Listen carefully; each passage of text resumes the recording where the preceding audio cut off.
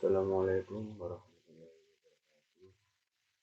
Di sini saya dan rekan saya akan mempresentasikan materi tentang yaitu satu DC voltmeter dan ammeter, dua unit measurement.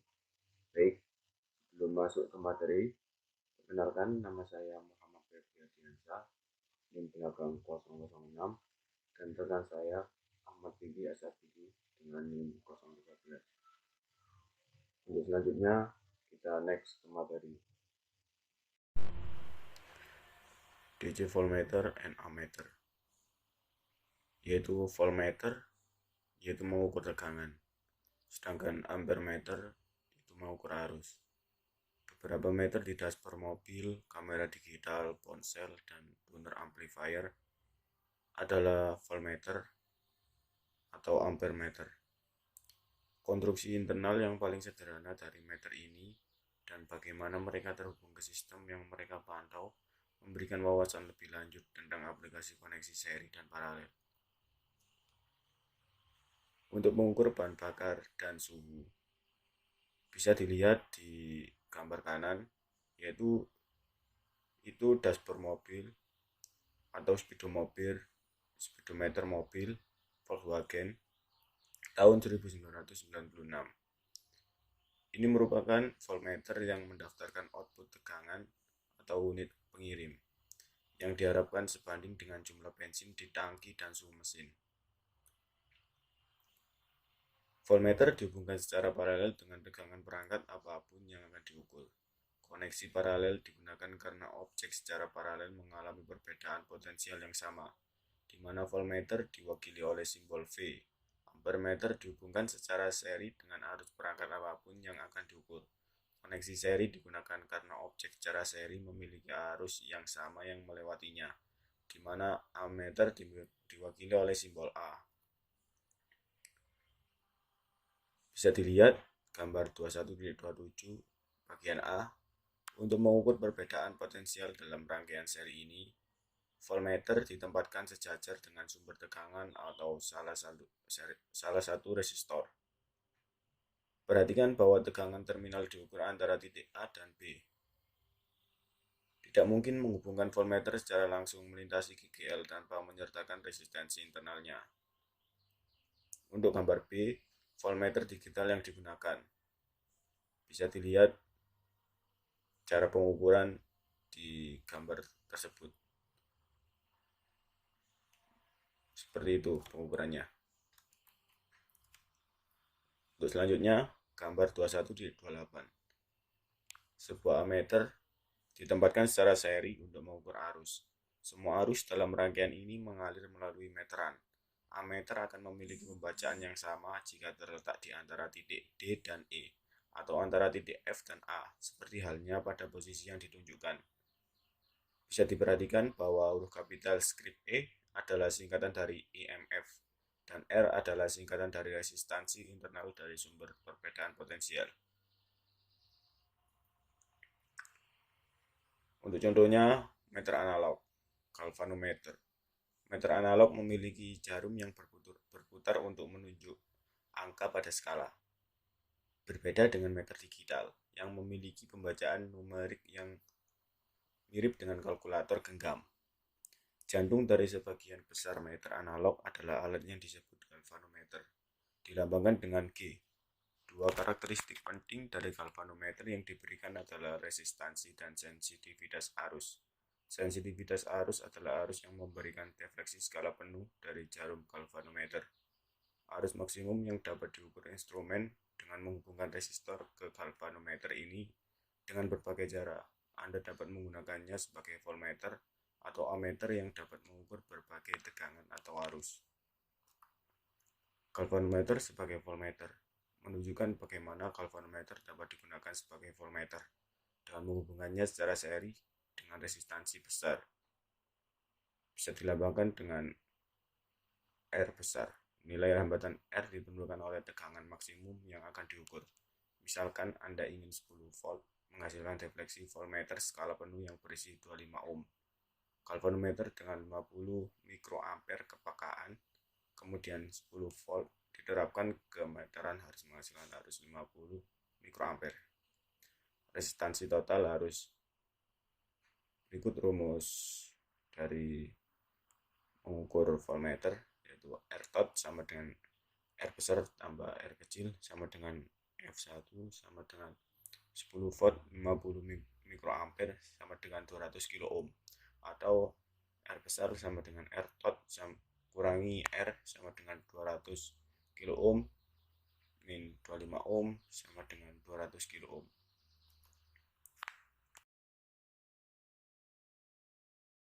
Galvanometer sebagai ampermeter.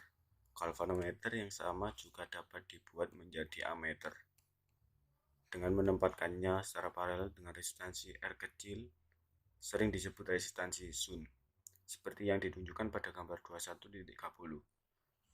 Karena resistansi Sun kecil, sebagian besar arus melewatinya, memungkinkan ammeter untuk mengukur arus jauh lebih besar daripada yang menghasilkan defleksi galvanometer skala penuh. Misalkan, diperlukan ammeter yang memberikan defleksi skala penuh untuk 1,0 ampere dan berisi 25 ohm, yang sama galvanometer dengan 50 atau min 50 mikroampere kepekaan. Berikut gambar yang bisa dilihat. Gambar 21.30. Ini resistansi Sun kecil R ditempatkan secara paralel dengan galvanometer. G menghasilkan ammeter.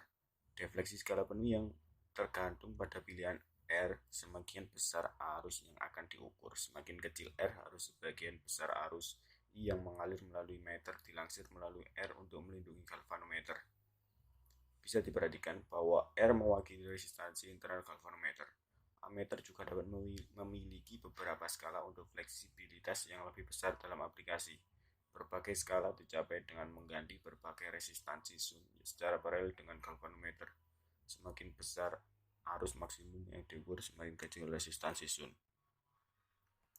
Baik, untuk materi selanjutnya bisa dilanjutkan oleh rekan saya.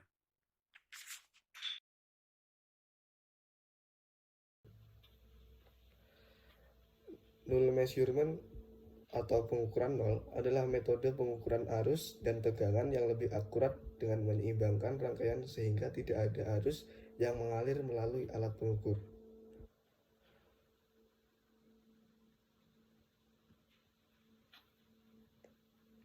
Next.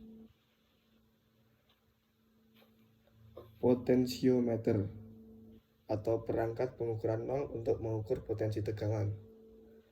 Voltmeter analog yang terpasang pada baterai menarik arus kecil, tetapi bukan nol, dan mengukur tegangan terminal yang berbeda dari GGL baterai. Perhatikan bahwa huruf kapital E melambangkan gaya gerak listrik atau GGL. Karena resistansi internal baterai tidak diketahui secara tepat, tidak mungkin untuk menghitung GGL secara tepat. Pemecahan EMFX adalah EMFX sama dengan EMFS RX per RS. Next.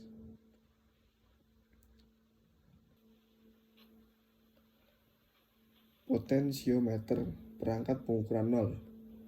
A. Sebuah sumber tegangan yang terhubung ke resistor kawat panjang melewatkan arus konstan I.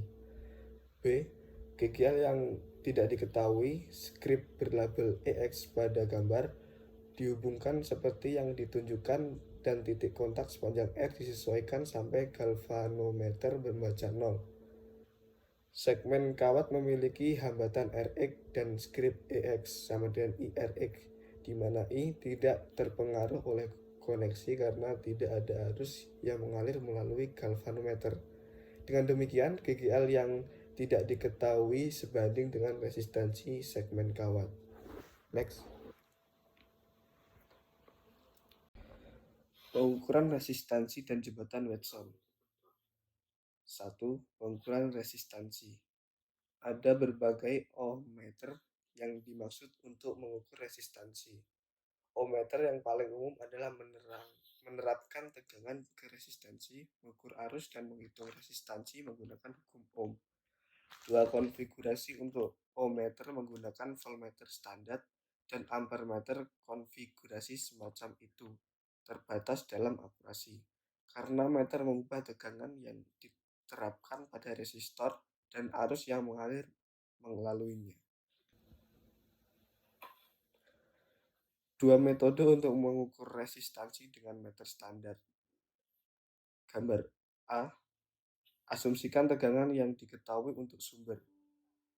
Ammeter mengukur arus dan resistansi dihitung sebagai R sama dengan V per I. B. Karena tegangan terminal V bervariasi dengan arus, lebih baik mengukurnya. V paling akurat diketahui ketika I kecil, tapi I itu sendiri paling akurat diketahui ketika besar. Next.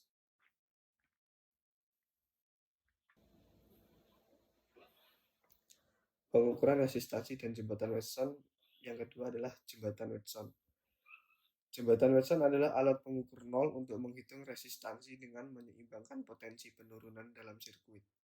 Perangkat ini disebut jembatan karena galvanometer membentuk jembatan antara dua cabang. Berbagai perangkat jembatan digunakan untuk melakukan pengukuran nol di sirkuit. Pemecahan untuk hasil Rx adalah Rx sama dengan R2 per R1. Next. Jembatan Watson digunakan untuk menghitung hambatan yang tidak diketahui. Resistansi variabel R3 disetel sampai galvanometer membaca 0 dengan saklar tertutup. Ini menyederhanakan sirkuit, memungkinkan Rx dihitung berdasarkan IR tetes seperti yang dibahas dalam teks. Persamaan ini digunakan untuk menghitung resistansi yang tidak diketahui ketika arus galvanometer adalah 0. Baik, berikut materi yang bisa saya dan rekan saya sampaikan. Apabila ada yang salah, mohon maaf.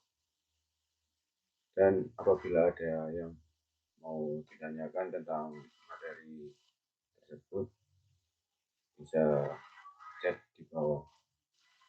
Terima kasih. Assalamualaikum warahmatullahi wabarakatuh.